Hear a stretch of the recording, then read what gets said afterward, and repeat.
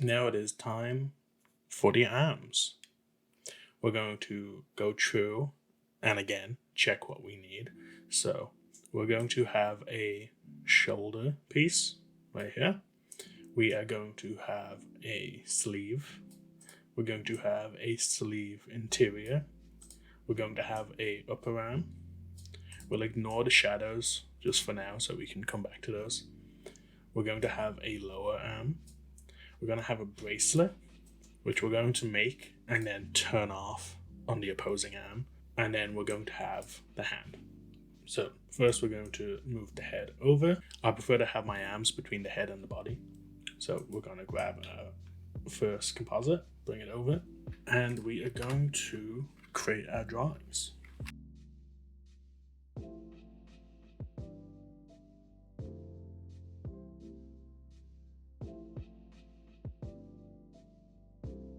And we're also going to make this connective line right here, which on some of the views is broken up, but we're just going to make it one singular piece.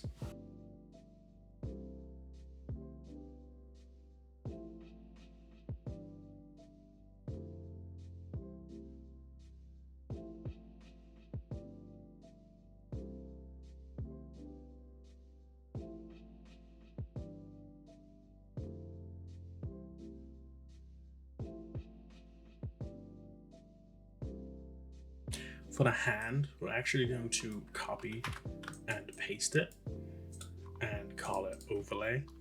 So OL01. So this is for if someone is holding a object, this can be the front of the hand. So in this instance, this could maybe be this part of the hand, and then the normal hand would be what's behind the object. For all of the drawings made, we're going to go through the same steps as previous. We're going to give everything a off and on instance. So off and 1. Remember, it's off with a 0, not an O.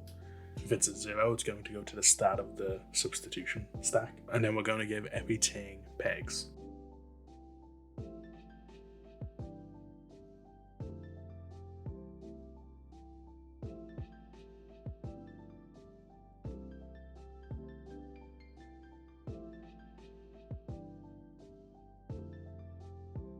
Everything has a drawing instance and peg, so we are going to now go through and draw just what's on the screen. If you have multiple hands, don't worry about it. We're just going to draw what's exactly on the screen. I'll stop when it gets to the physical upper and lower arm because we want to rig those in a specific way.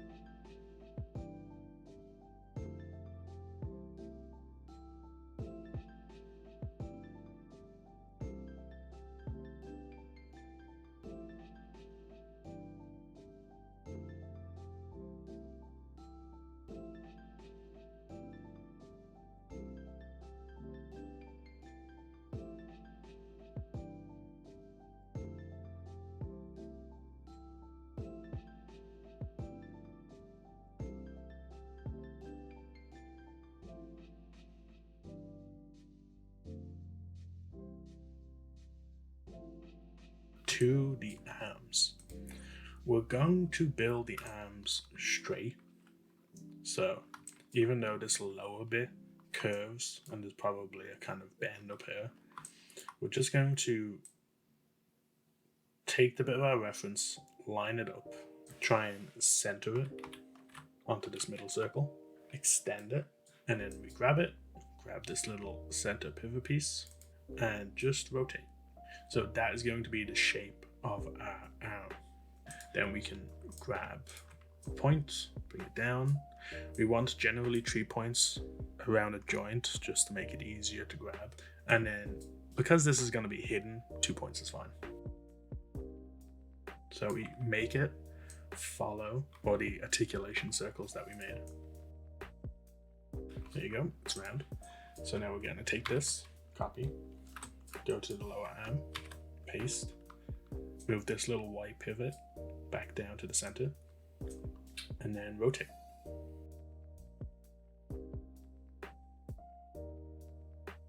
I will extend a little past the wrist because we're going to have just a kind of a little half circle down here. And because the wrist is actually like a lot smaller than the elbow, we're just gonna shrink this bit so it's a bit more pointed. And then from here we can pull the ends.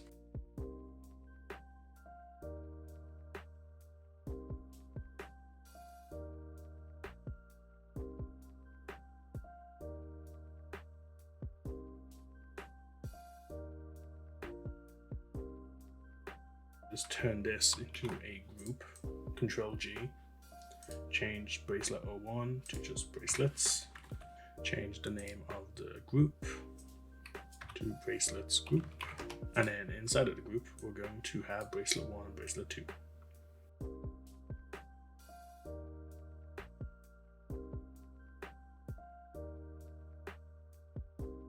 And then for the hand, we're just going to draw it on the line out like normal, and then later on we'll come in and we'll sort out the overlay.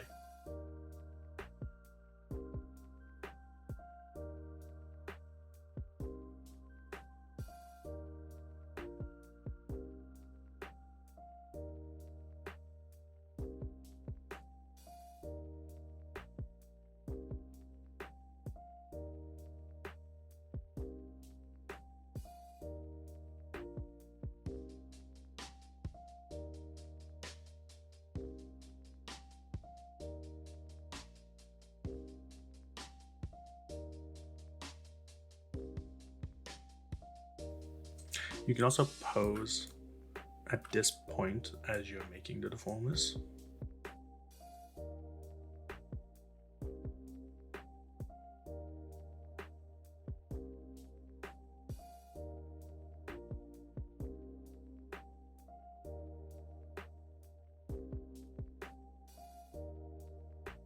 For this line, remember it's best to look through the turnaround and see what it's doing. So sure, it's kind of flat here, and then you can get away with 2 points there.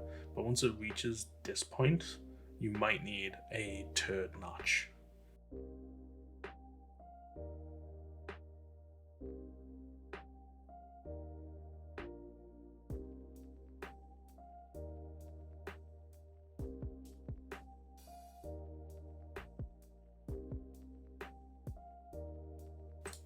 So I didn't explain the shoulder very well. The shoulder is just going to be a connection point between the sleeve and the body. So even though this kind of chunk on the body is already the shoulder, and you can even consider the sleeve the shoulder, this is more just if you want to lift the arm up, this is the bit that connects and makes it look flush. With the circle on the wrist, we can just place a deformer, or we can make a square and then turn it into a circle.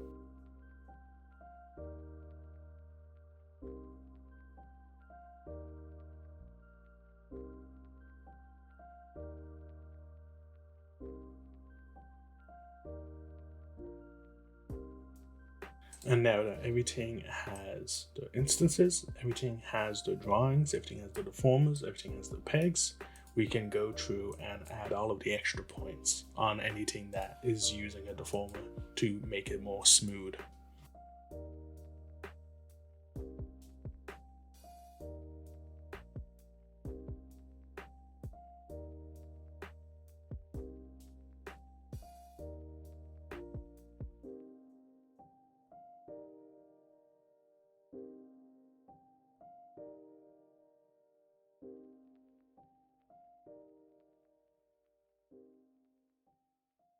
And now let's color everything in and apply the texture.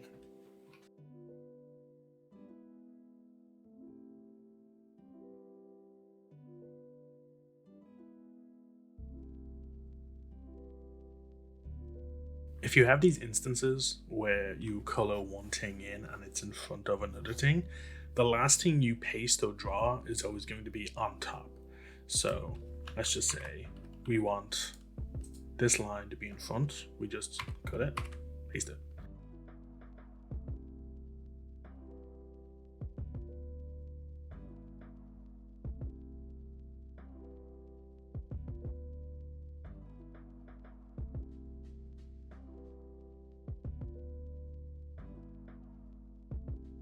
Awesome. So we are going to sort out some layering stuff. So the sleeve we want to always be behind everything. So we're just going to pull that back. So if we lift up the front, it'll be behind the arm.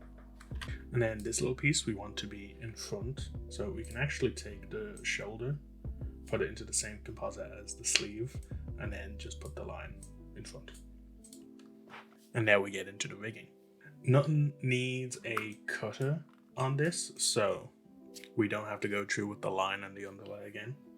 We can just start off from the left and go down. So the shoulder will want to cut between the sleeve and the body. So we're going to need a line out. The sleeve in the same vein, line out. And then we're going to cut into one another. So now both these pieces are connected. The sleeve cutter, we're going to want to keep inside of both the shoulder and the sleeve. So we make a composite, plug it in, and then plug both of these in. But we are going to also be cutting a lot of stuff by the auto patch of the shoulder. So we're going to remove the auto patch in these groups.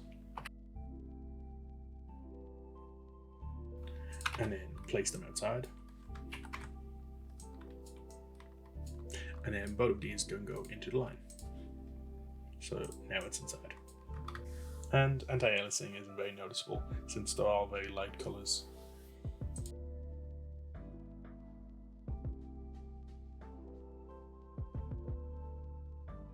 The sleeve interior is going to be fine. And then now we are going to get 2 new line wells. The arm up, the arm bot, and we're going to plug these into each other.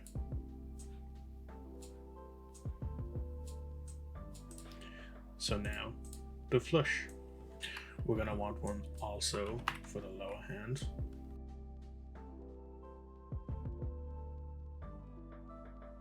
We're going to come in and remove the overlay. Plug the overlay into the hand overlay, and then plug the same arm bar into the hand, but again we don't want to make multiple connections, so we're going to take the outer patch,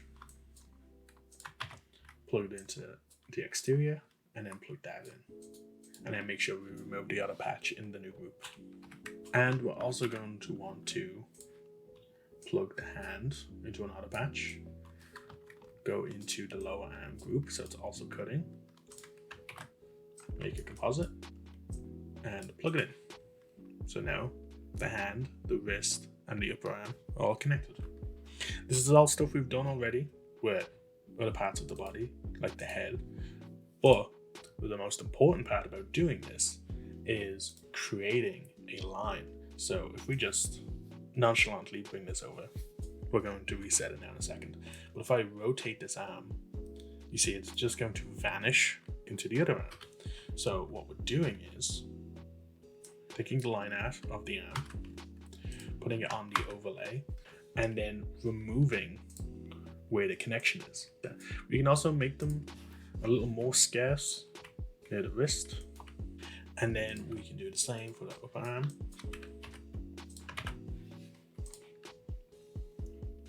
The connection.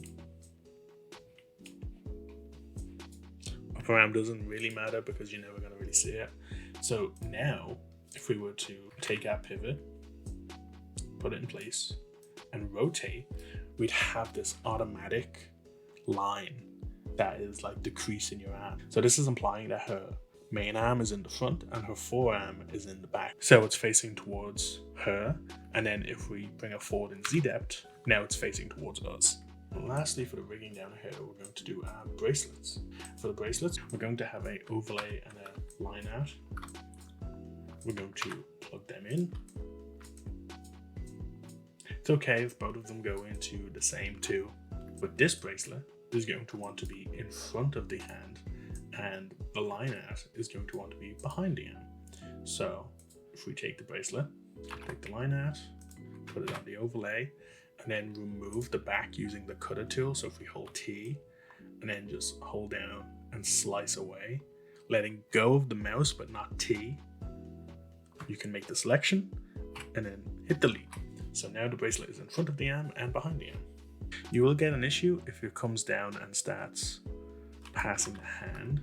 So what you can actually do is plug this line art behind everything and then plug this overlay art in front of everything. Alright, so the last things to do is to connect the arm to the torso.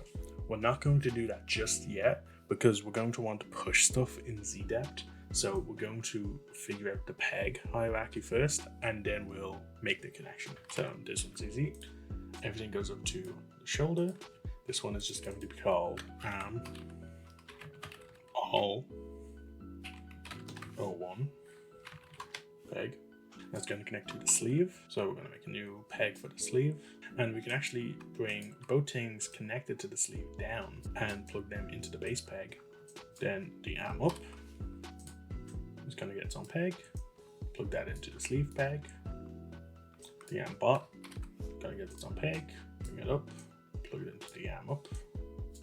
Overlay and normal we're going to want to keep together so they're always moving at the same pace. So we're going to plug the overlay into the hand and then the hand into the arm bot. So now we have this daisy chain that goes up the entire arm. Plug the bracelet into the arm bot and that's everything. So we're going to go through and just rename everything and then start setting the pivots.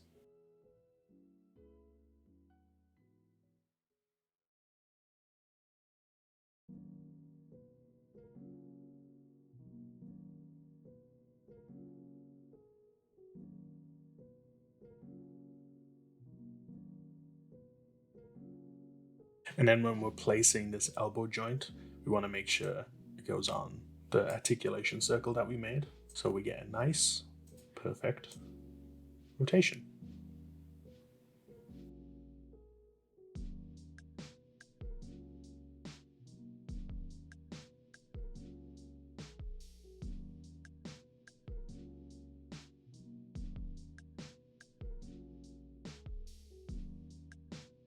We're going to make a peg above the armhole, call it arms, bring it over here, and this is going to connect to the body plus arms. This is so rotating the shirt by itself, that's fine. Then we go up, we can rotate the shirt and the collar, go up, rotate the shirt and the arms, go up, rotate the shirt and the head, and then the shirt and the pelvis. And then we're going to take the arms peg and then just place it between where both arms will be. With the hierarchy set up, we're going to turn on our reference and see that the arm is behind the body. So we're going to take it, arm all, we're going to move it back by 0.001, like so. And then we are going to, the same way we do the line weld, connect the shoulder to the body and then the body to the shoulder. So grab our auto patch, go to the shirt. We're going to want to cut into the shirt. See, it's getting rid of that line that we talked about last time. We're going to want a auto patch for the shirt. And that is going to come over and cut into the shoulder. Make a composite, connect the wires. There we go. So if we turn off our reference, our arm is now connected. And then if we push it forward, it's cutting away itself like this. We're going to go through and then make sure everything rotates correctly in the way it's meant to.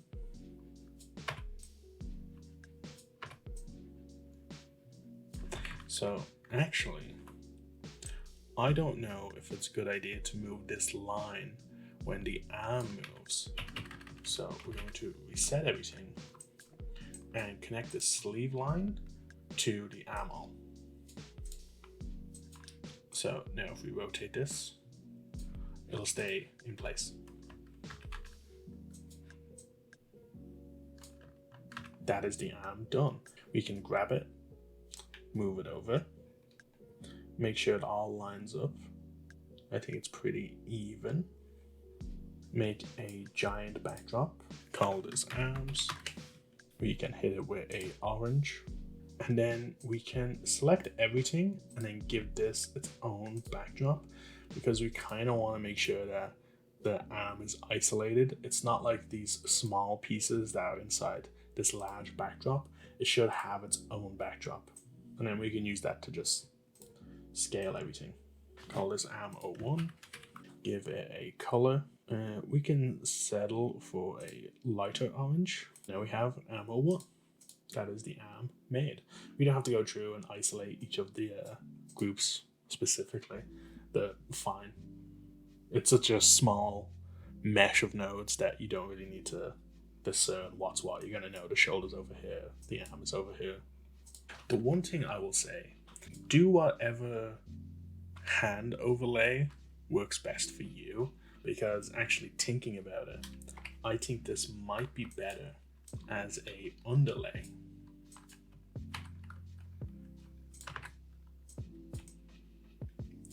And have it going behind the hand, because generally anything that's going to be behind the hand might have a smaller surface area, and we have kind of set the example that any overlay on this rig is going to have a line connotation like this. So we're going to change that to hand underlay instead.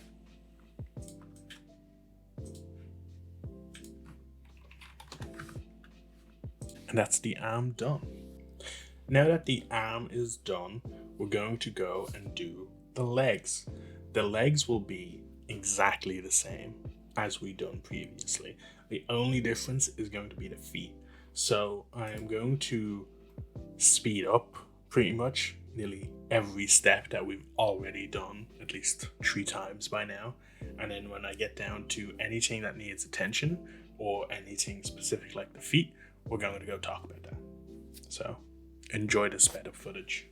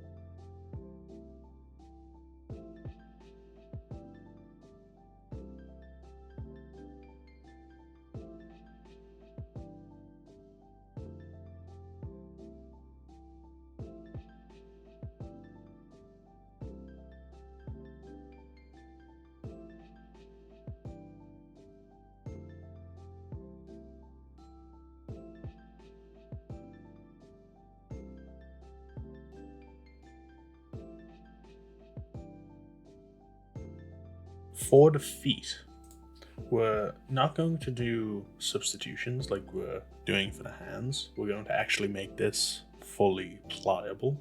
So to do so, we're going to have to make a foot that can reach each of these poses without breaking too much. Step 1, we're going to have to make something that is skinnier and shorter so we can stretch it into this position. And then step 2, we are going to have to make a exterior cutter around the foot. So if any breaking does happen, the cutter is cutting into the breakage. To do this, we're going to assume that there is a point here, there is a point here, point here. There's going to be one in the center, one for the heel, one for the ankle, one for the other part of the ankle, and then one in the center again.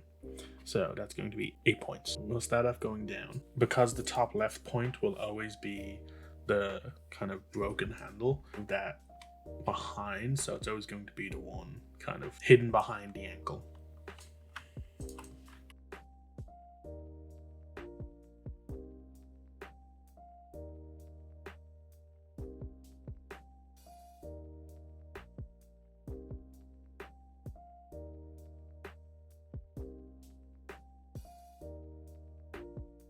this theoretically should be able to hit all of the shoe poses if we pose it.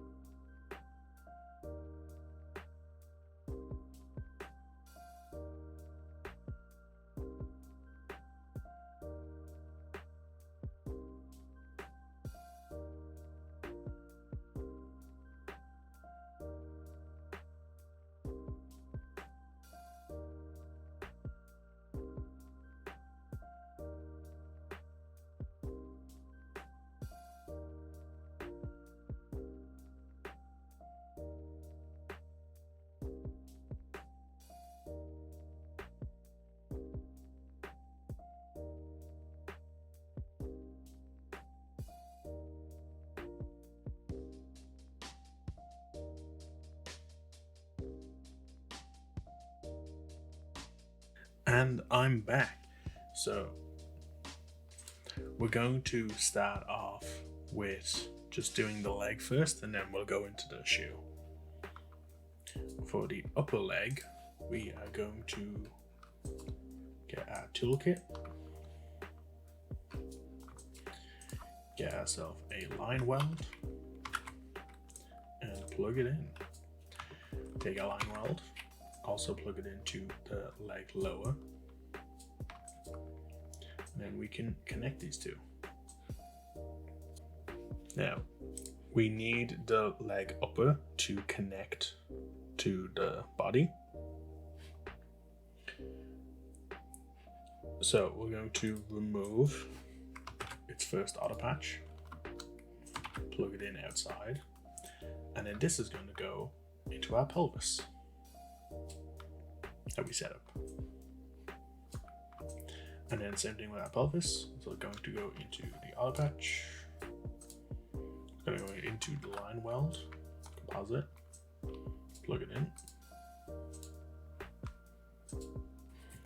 Okay, so we've run into an issue. Here is a line. This line is actually this back piece that is hidden. And also, first thing I noticed, it doesn't have texture on it.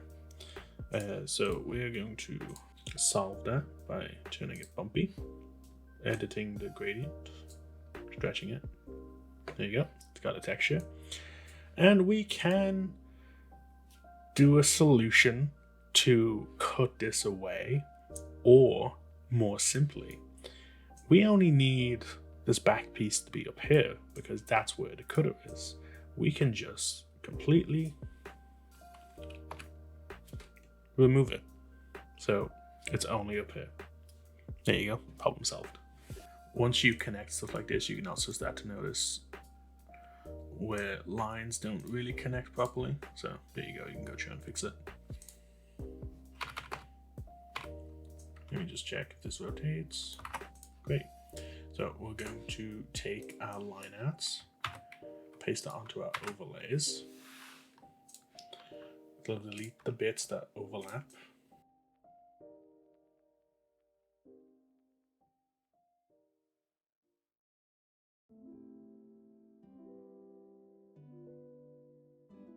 And now, if we rotate, here we go. We've got a little crease. Pull it forward, we've got another crease.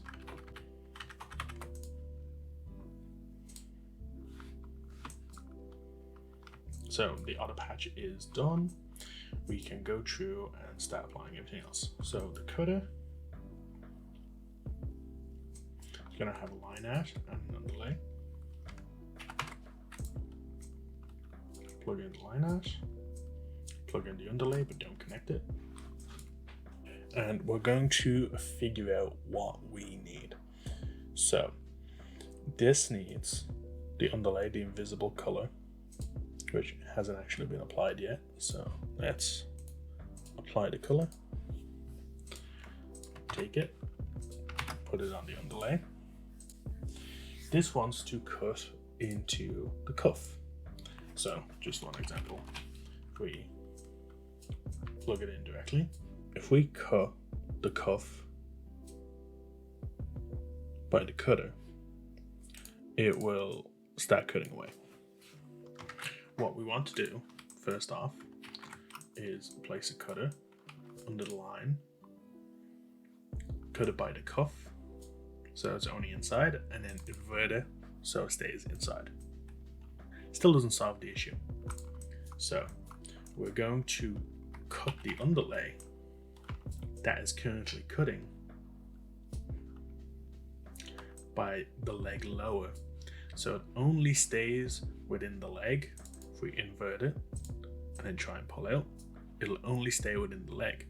Now we will get this anti-aliasing issue, primarily caused because we have a texture, so you can kind of see through the texture. To solve this, we can do some hijinks and probably come up with a solution, or we can just plug the cuff back in behind the leg. There you go. Easy solution. We're going to want to also just remove the line from the upper part of this, just to create more of a cuff look. You can also pull it out a bit. This isn't really in the reference, this kind of like little overhang, but I think it looks a little better. I like that you can kind of see the connection properly. And then just for more clarity while animating with this, we can copy it, overlay, turn it pink, and now plug this in to our tab composite. The cuff line is easy. We're just going to want to create a inverse cutter, plug it in, cut by the cuff, and now because we're cutting it by the cuff, it still thinks that the cuff is here. We can cut it by the cuff being cut and then apply a auto patch so it stays inside of the line. This is a bit janky. I don't particularly like putting auto patches under stuff like cutters. I think it just kind of confuses the system, because this is now plugged in once, twice, and then has a second sort of plug-in going in over here. I don't know. Not a big fan, but it does the job. And as long as it works, that's rigging. We're going to also want an off instance for this. So if we just turn this off, go to the overlay, create a circle, fill it in. Now we have a grabbable off instance, and then we can just turn it on. I was originally going to make two of these, so one up here and then one below. I think it might just be easier to make a inside piece like we've been doing. So we're gonna move some stuff over and make one of those.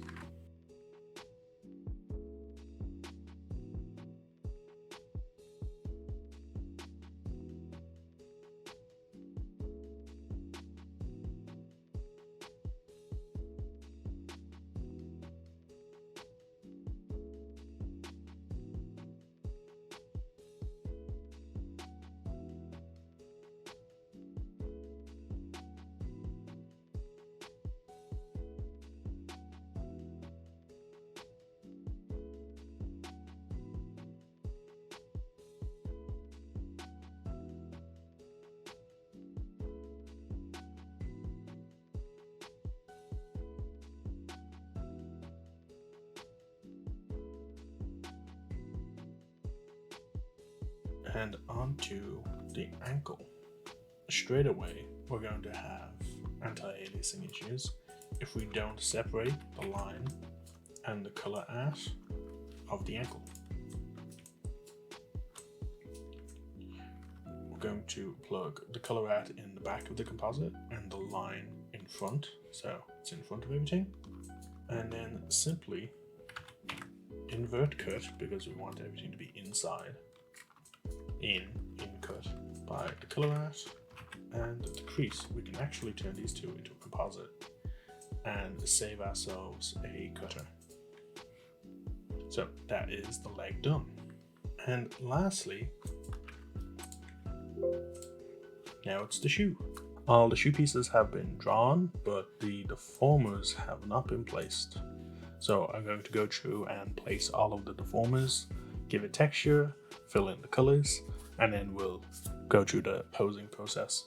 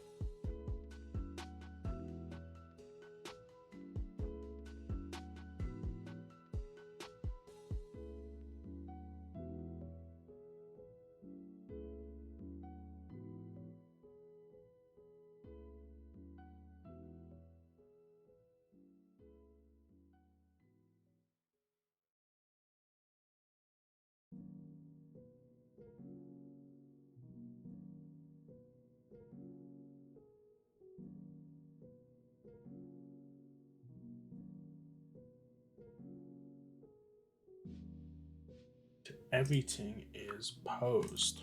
We're going to take our toolkit into the group. Straight away, roll 1.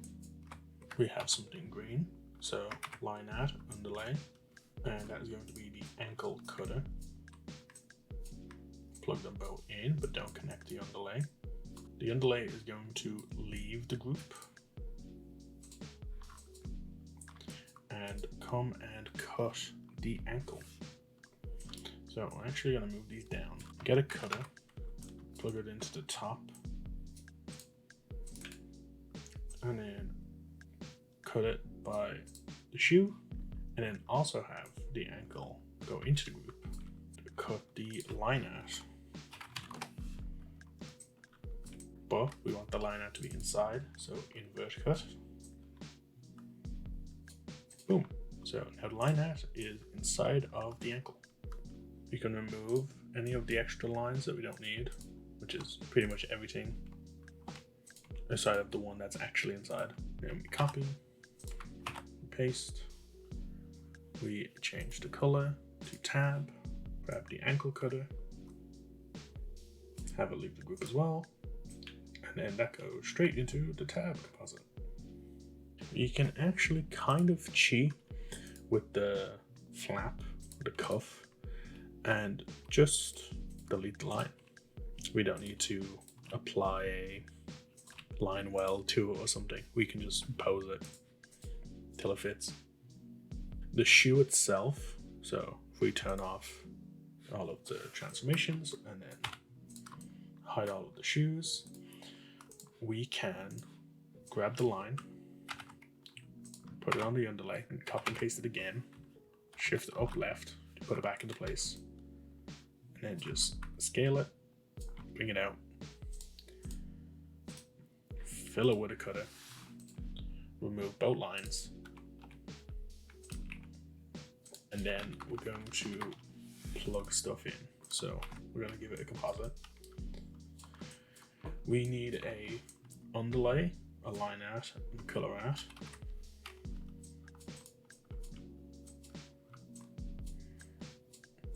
The underlay pretty much never goes in. And then we're going to get a cutter. So plugging the underlay into the color art should practically stop any cracking that's going to happen. And then make sure you always check in the render view just to make sure that's just not showing up. So this shoe should be fully flexible. The lace can be a simple inverse cutter. We're gonna make this a composite so we can plug all of the laces in. And then with a auto patch, simply cut it. I'm not going to be too serious about anti-aliasing on the shoes. It's going to be so small that if there is any, it's not noticeable. And then the rim, the tip, and the sole all get the same treatment. So we can actually just plug all of these into the same composite.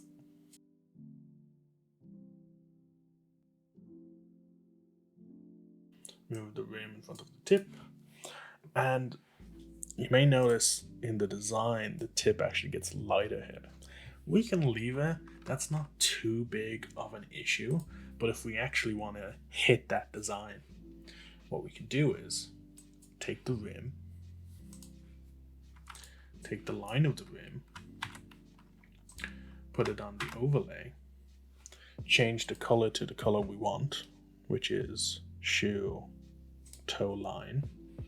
We take the line out, color out, and the overlay.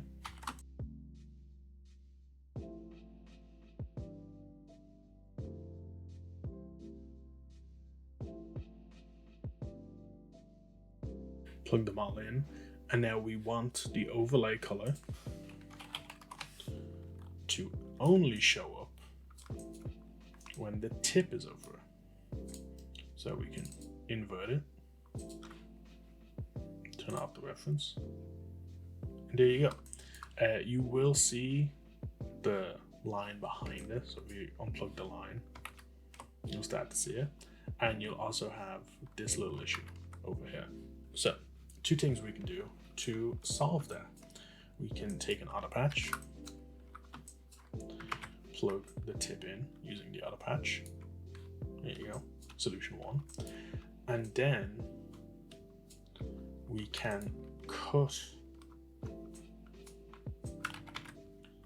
the line out by the exact same auto patch. There we go.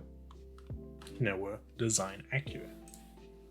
You know, I'm actually just going to make all of the laces. I'll use it as an example for what we're going to be talking about in the next video, which is duplicating. So we have our lace. We're going to use the clone drawings only. It's going to duplicate, plug it in, give it a new name. So lace 02, change all of the names. So Deformer lace 02, lace 02 peg, plug it in, move it to where you want it to be, which is right here, and then we can repose.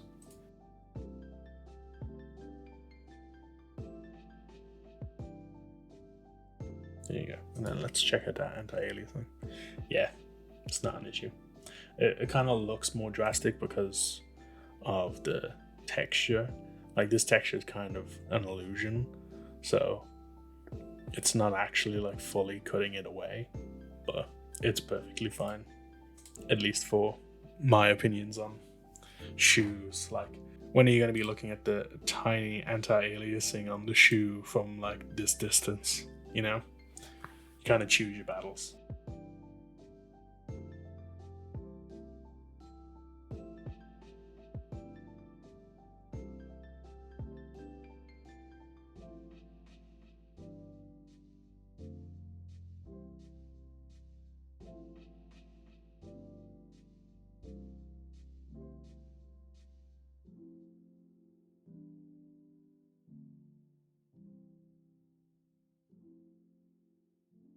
The last thing we need to focus on is the sole, which is currently hidden. So we're going to need a handle for that. So we go to the overlay, go to tab, ellipse, draw an overlay, hit K so you can see anything invisible. And then to see it, we're going to make it leave the group. Go down to our tabs.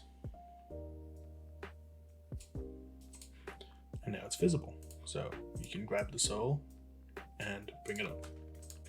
Something cool I can show you is with the shoe like this, if we go and try and deform the shape, it's going to start stretching that controller because that controller is still connected to the deformer.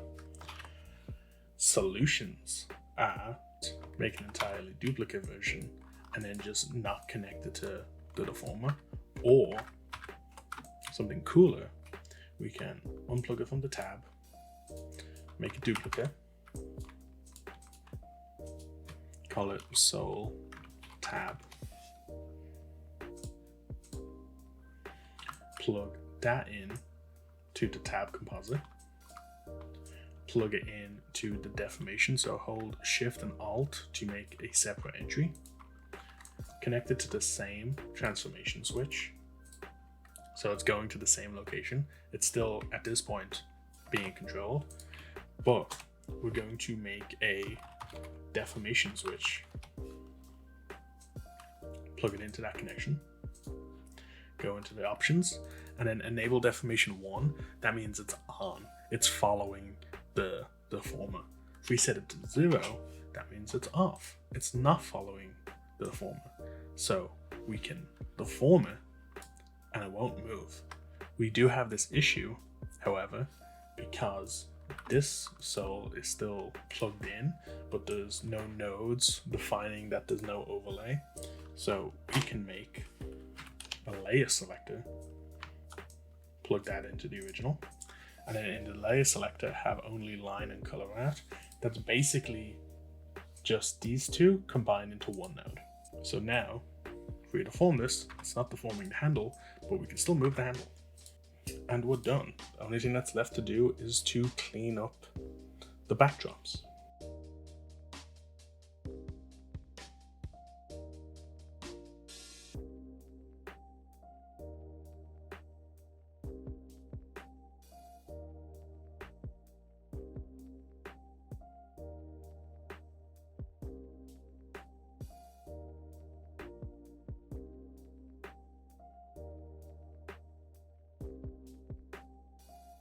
Same with the arms, we want to make a peg, bring it to the center, call it legs, so this is going to control both legs, position it so it's between both legs, and then plug that in. So we have our upper body, which is entirely separate from the legs. We're going to now make the lower body.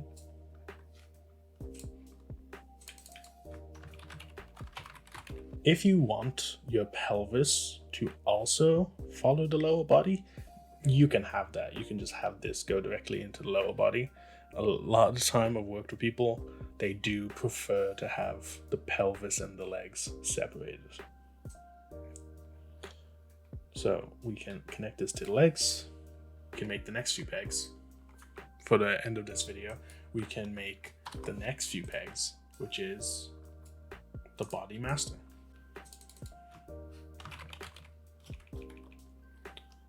So we're just going to call this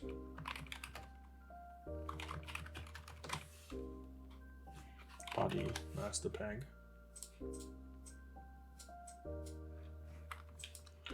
We're going to copy this head flip backdrop, plug this in for later. This is going to be important, called body flip.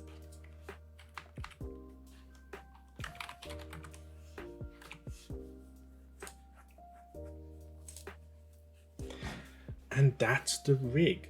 The next peg above this is going to be the external peg that controls the group for when you're importing the file. This is practically the entire rig. We're going to do one small flick through the entire body and see if there's any issues. Straight away, you notice the entire foot doesn't get selected. That is because whatever leaving the group will always come up the leftmost slot, and because this cutter is in the leftmost slot, it's going to automatically go to the ankle. So what we need to do is just swap these over, like so. And then if we select it and go up, we get our full foot.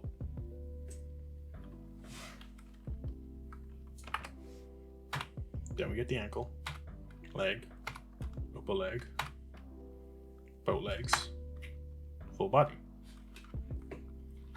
We're gonna take these 2 full body pegs and place them at the bottom. So that is it for building the rig. Practically, the things we need to do next: close up everything. We can click on this and make sure we hit F6, which sets a keyframe on everything. There you go. What we need to do next is flip everything. So flip the eyes over, flip the arms, flip the legs. Then we're going to go into posing the character into all of her other views, which we've got 5 views, and then we're going to flip them. So in the end, we'll either have 10 or 9 views, depending on if you want to duplicate the front view or not. But for all of the actual rigging section, it's going to be pretty much done from now on. Everything else from here is going to be drawing and cleaning. So I hope you learned something. Thanks for watching.